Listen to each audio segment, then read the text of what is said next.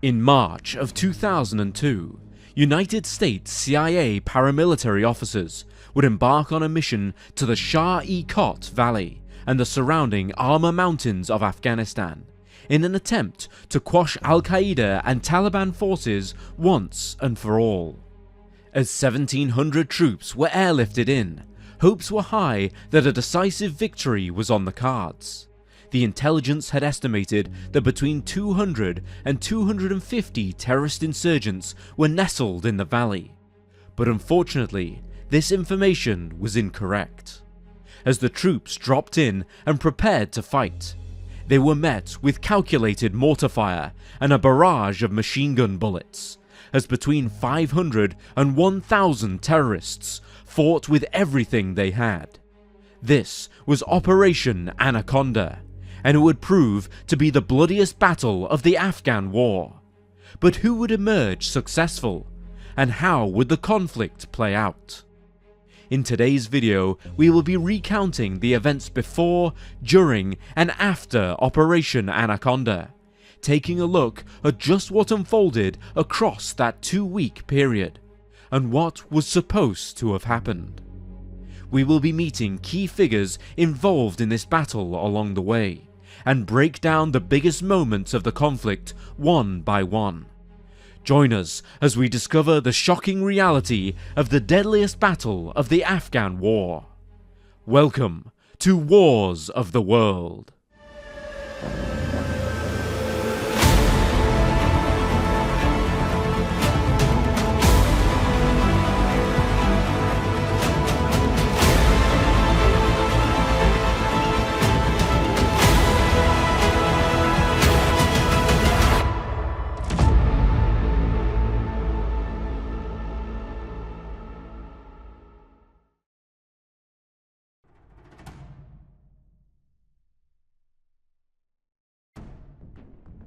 Operation Anaconda was intended to be a major turning point in the Afghan war, as the United States military attempted to stamp out the terrorist threats of Al-Qaeda and the Taliban for good. The battle occurred rather early on in the Afghan war. In fact, less than a year after Islamic terrorists hijacked the planes that would be flown into the World Trade Center, spurring on the conflict that would be known as the War on Terror.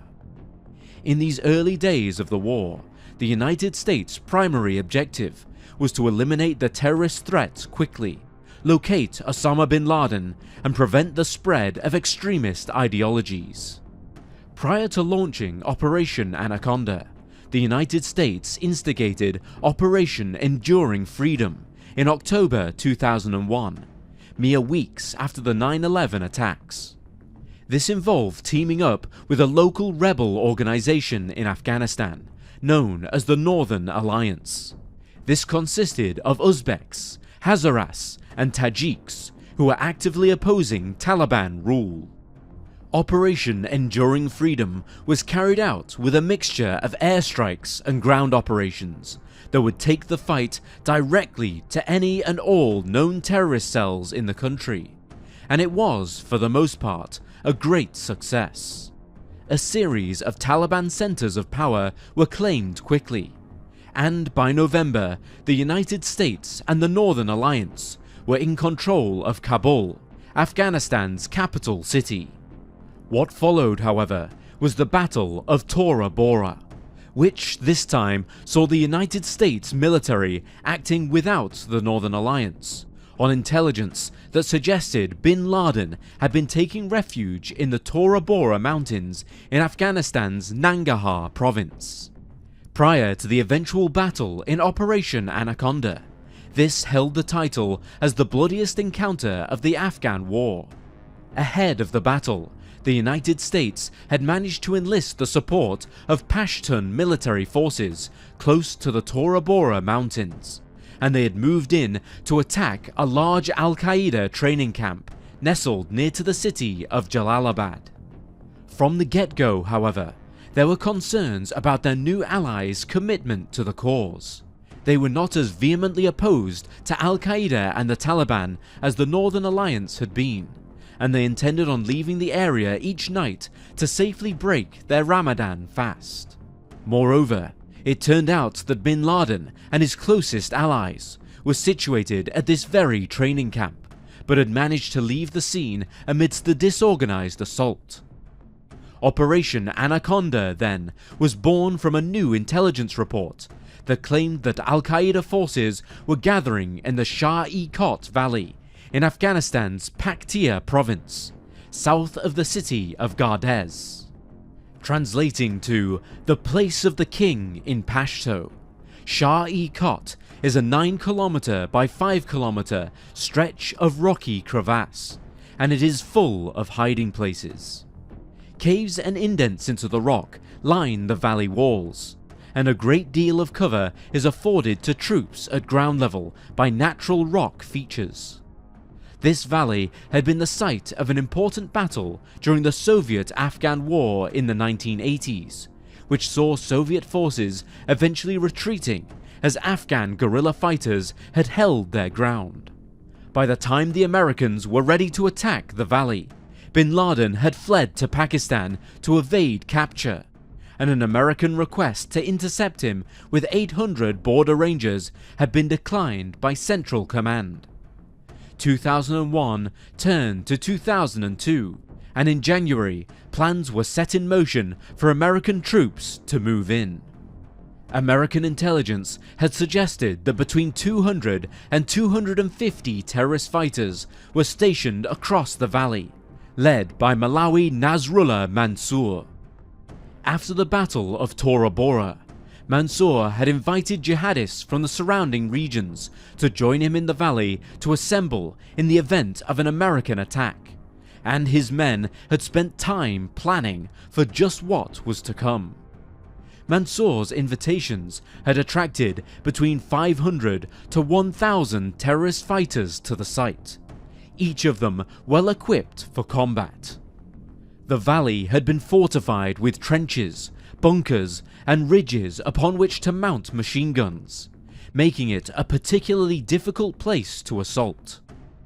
Prior to the start of Operation Anaconda, however, Mansour had been killed in a battle with a rival warlord, and his son, Saif-ur-Rahman Mansour, had become the primary Mujahideen leader of the troops who were stationed at Shah-e-Kot.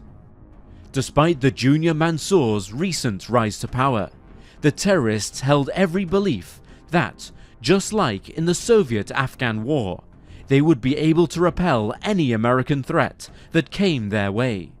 But would they be right?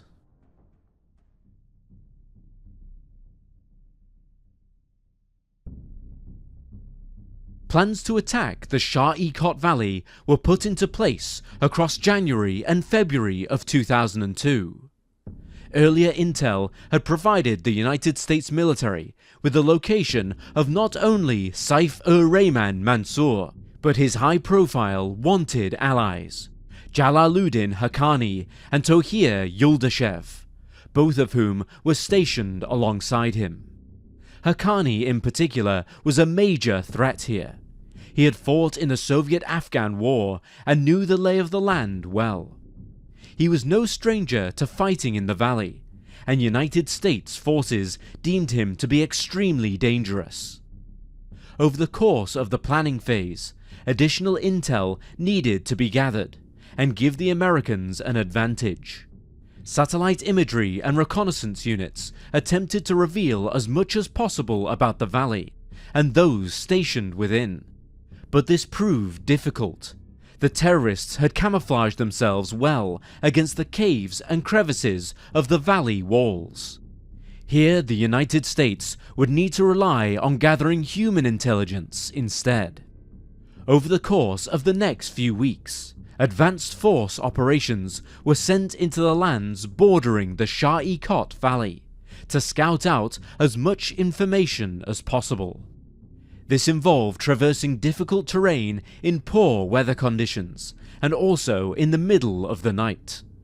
Using ATVs and then travelling on foot to minimize any attention drawn to them, environmental reconnaissance was conducted high along the walls of the valley, and gradually fed back to the General Tommy Franks, who began putting together a major operation to deal with what was clearly a large terrorist presence in the region.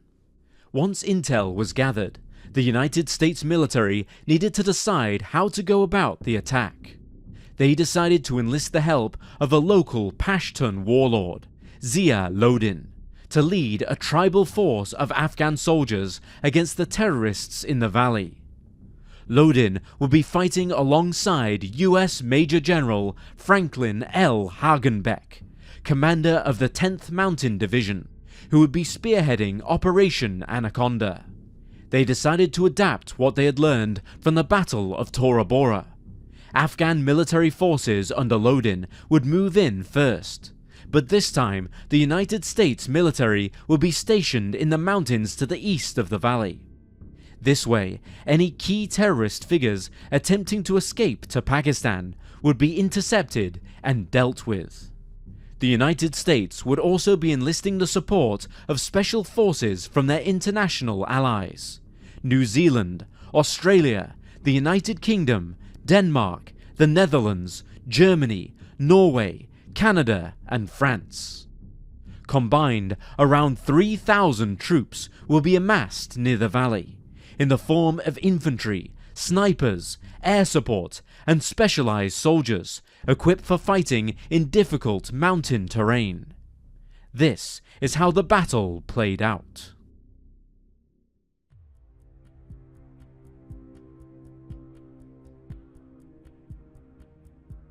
The first events of Operation Anaconda took the Americans by surprise, as they airlifted a team of SEALs to a nearby peak to set up an observation post on the 1st of March 2002. It became apparent that the Al-Qaeda terrorists were well equipped for a fight. They had been joined by Uzbek and Chechen IMU fighters, forming teams that spanned cultures and ideologies. A brief firefight would ensue between the SEALs surveying the valley and a small team of 7 Uzbek insurgents, leading to 5 of their deaths. Nearby, the SEALs were able to find Arabic documents detailing guides on how to construct powerful homemade bombs that would be designed to target bridges, buildings, and vehicles. At this point, it became clear that the United States may have underestimated their enemy. Between 500 and 1,000 insurgents were stationed in the valley, much more than the 200 to 250 they had planned for. While the terrorists were still outnumbered, this would not be an easy mission by any means. The following day, the fighting began on a wider scale. Allied Afghan militants entered the Shah-e-Kot Valley to begin picking off insurgents where they could, while Canadian and United States snipers provided covering fire from the valley's high points. Meanwhile, at the United States military base in Gardez, a large convoy of trucks containing the units of Task Force Hammer departed for the valley. Among them was Zia Lodin, a larger force of his men, and several teams of American Special Forces soldiers. The terrain was difficult, and several vehicles became stuck. Several fighters were injured before the fighting had even begun, as a bus was overturned. Moreover, the element of surprise had been lost, as the trucks turned on their headlights to avoid any further mishaps. Around this time, a convoy led by Army Chief Warrant Officer Stanley L. Harriman separated from the main group to head to the observation point where the SEALs were stationed. Overhead, an AC-130 aircraft providing fire support experienced a failure in its navigational system and did not identify the convoy as American. They opened fire, killing Harriman and wounding several of their own soldiers in a catastrophic case of friendly fire. The battle was not off to a good start. Additional air support that was intended to be provided by an overhead Rockwell B-1 Lancer had failed, as a bomb became stuck in the launch bay. Moreover, the AC-130 that had accidentally killed Harriman had been called off, and troops on the ground became concerned at the lack of air support. While this was happening, the allied Afghan militias in the valley were being bombarded by mortar fire, and up to 40 were killed or injured. They scattered and refused to advance further, and senior officers in the United States military were beginning to recall the disasters of the Battle of Tora Bora. Shaken but not deterred, they decided to reassign the task of assaulting the valley at ground level to Task Force Anvil. Meanwhile, the soldiers of Task Force Rakkasan were beginning to board their transport helicopters and flew south to join the fighters in the valley. These would be the men tasked with blocking the escape routes to Pakistan if the terrorists attempted to flee.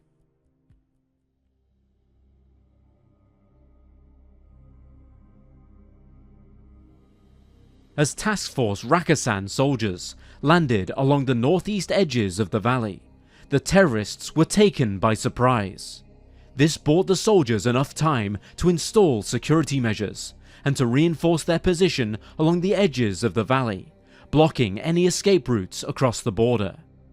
As Task Force Hammer refused to advance on the ground, the terrorists eventually turned their attention towards the US soldiers of Task Force Rakkasan, and they came under heavy fire.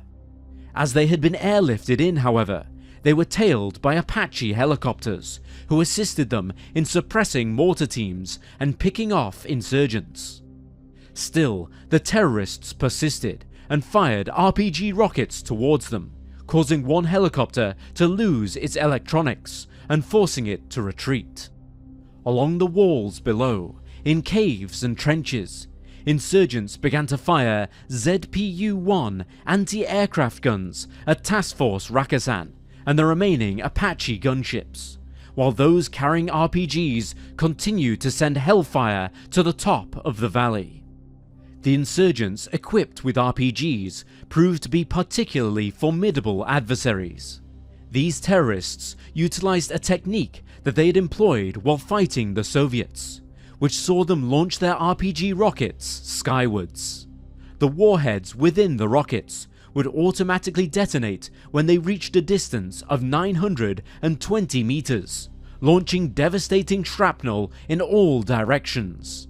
This method would allow them to tear into the vital internal mechanisms and electronic systems of the Apaches, and it succeeded.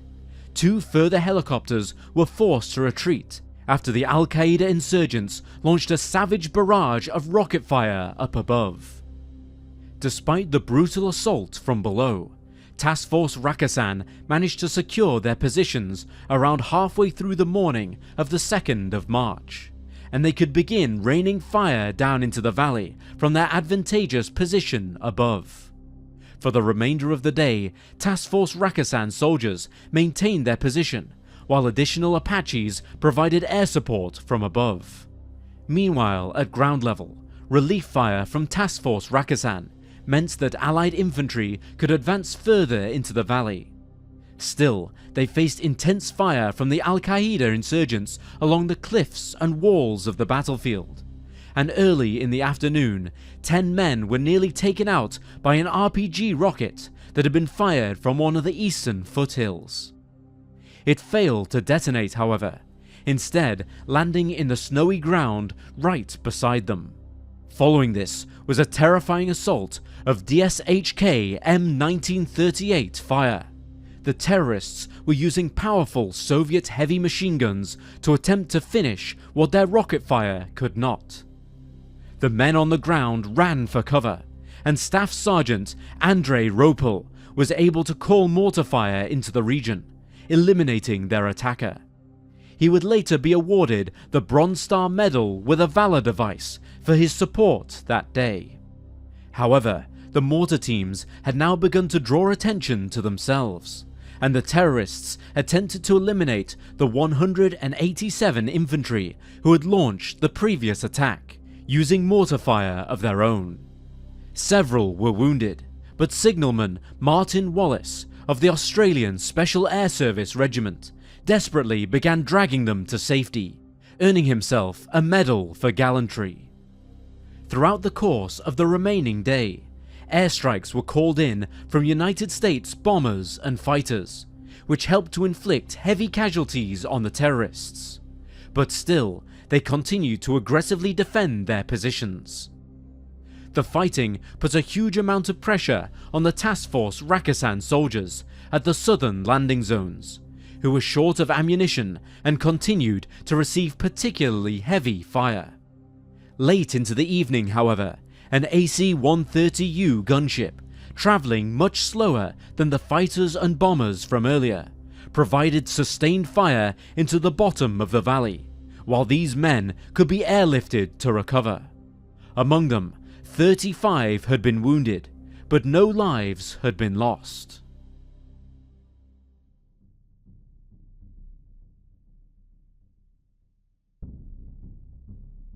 Towards the end of the second day of fighting, General Hagenbeck, who had been in command of Operation Anaconda, decided to relocate the airlifted forces from the southern landing zones to the northern position. Gradually, they would sweep forwards towards the south, eliminating any fighters on the floor of the valley. But it seemed that none had remained. The terrorists had fled to the south, but were still unable to escape to Pakistan. This meant that a path had been opened up to a fortified observation point that was set up at the peak of Thakur Gar, an excellent vantage point to gauge enemy numbers.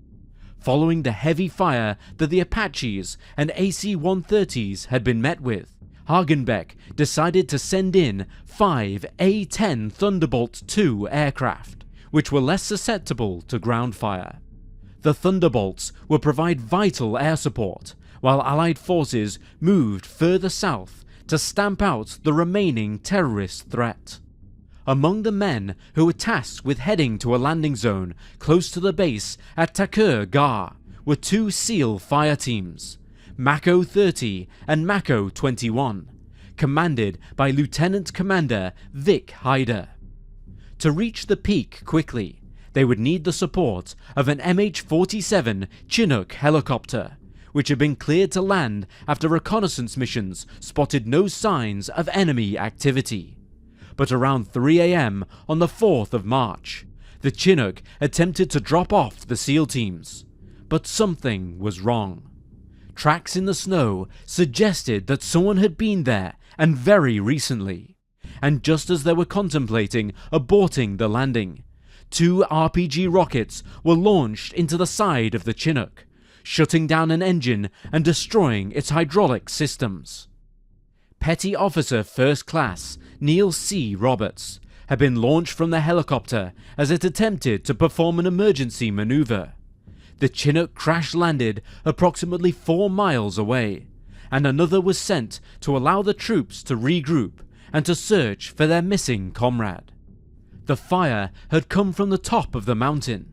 A large enemy force had amassed at the peak, and an AC-130 was requested to provide fire support. As the terrorists defended themselves, they seriously injured Technical Sergeant John A. Chapman and forced the Mako 30 team off of the peak.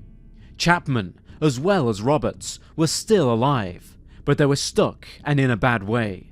They were now stranded on the mountain and in separate locations. The Ranger Quick Reaction Force was sent in to search for them, while air support continued to eliminate the terrorist fighters on top of the peak. As the first team of Rangers were dropped into the same location initially reached by the Chinook, they fell into the very same trap. They had not been equipped with satellite radios to maintain contact with headquarters. Sergeant Philip Svitak was killed by small arms fire almost immediately, while Chapman, now mortally wounded and spotted by drone footage, attempted to draw fire away from the Rangers as they landed. Private First Class Matt Commons, Sergeant Brad Crows, and Specialist Mark Anderson would also lose their lives as they attempted to retrieve Chapman. At around 8 PM on the 4th of March, the Rangers were extracted from the mountain. Both Chapman and Roberts had died before they could be retrieved, and it is thought that casualties would have been even higher if it were not for a concealed unit of Australian soldiers who had called in air support towards the peak of the mountain. While many terrorists were killed across the Battle of Takur Ghar, the multiple Allied deaths that took place led to this being considered a Pyrrhic victory for the Americans.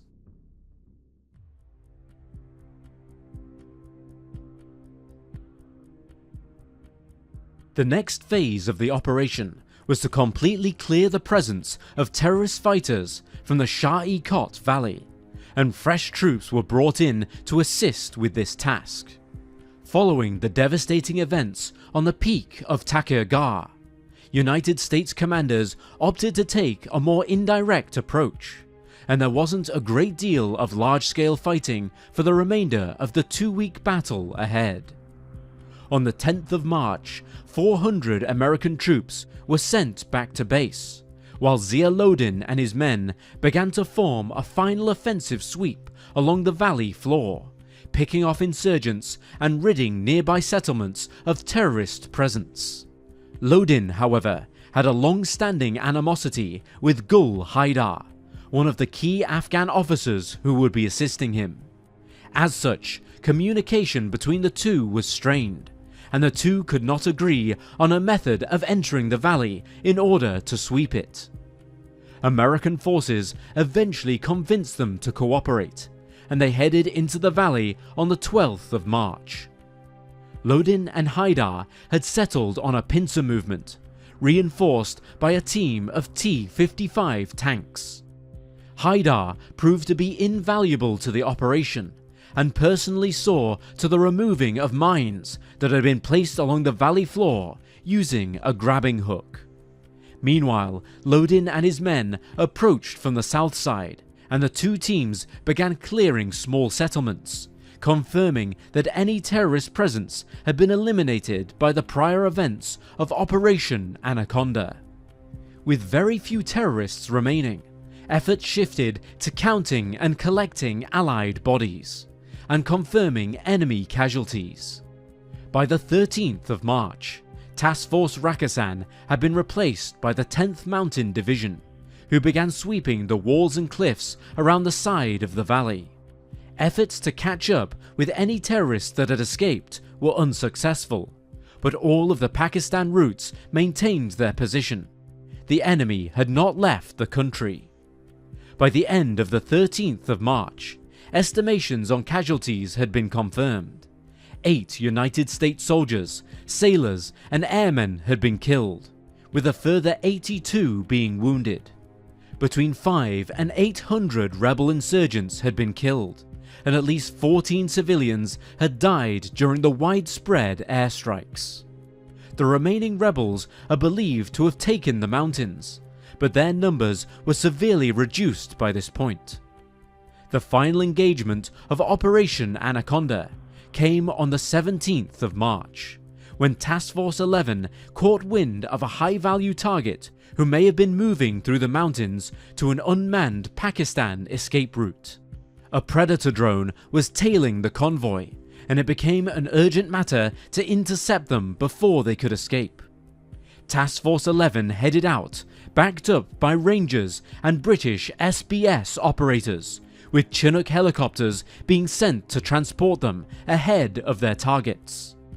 The terrorists were stopped in their tracks, as one of the Chinook miniguns rendered their vehicles useless, killing a number of rebels in the process. As SEALs closed in with additional fire, the fight was drawn to a close in mere minutes. Using the element of surprise, they had killed a large number of insurgents quickly, and among the dead were well-armed Arabs, Chechens and Uzbeks. If Task Force 11 had not acted in time, these men would have escaped to Pakistan, where they may have taken intel to Al-Qaeda and Taliban forces regarding the events of Operation Anaconda.